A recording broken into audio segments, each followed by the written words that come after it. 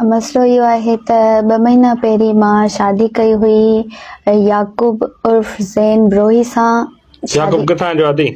हैदराबाद जो। वैसे असल ॻोठ त लाड़काना अथसि वारे, लेकिन रहाइश हैदराबाद में अथसि। उन सां मां शादी कई हुई 2 महीना पहिरीं। उन मूंखे चयो हुयो त मां तव्हांजे लाइ ही बि कंदसि।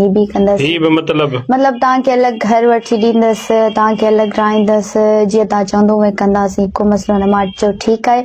उन खां पोइ मां हुन सां शादी कई त मां 15 ॾींहं 20 ॾींहं सबर करे मां हुनखे चयो त मूंखे हिन फ्लैट में रहायो ऐं मूंखे चई त इहो फ्लैट तव्हांजो आहे ऐं तव्हांजे ई नाले आहे। लेकिन माना महीनो गुज़री वियो त मूंखे ख़बर पई त हीउ फ्लैट जेको आहे रेंट ते हो, मुंहिंजो पंहिंजो न हो। त उन तां बि थोरो घणो झगड़ो थियो ऐं उन खां बाद सहज।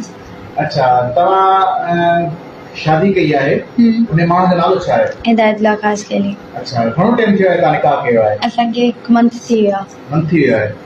अच्छा, हाणे ठीकु तव्हांखे ख़तरो आहे, छा मसलो आहे इहो असांखे ॿुधायो। ख़तरो मूंखे मुंहिंजे भाउ खां आहे, शिराज अली, ऐं मुंहिंजी अम्मी आहे, उन खां बि ख़तरो आहे।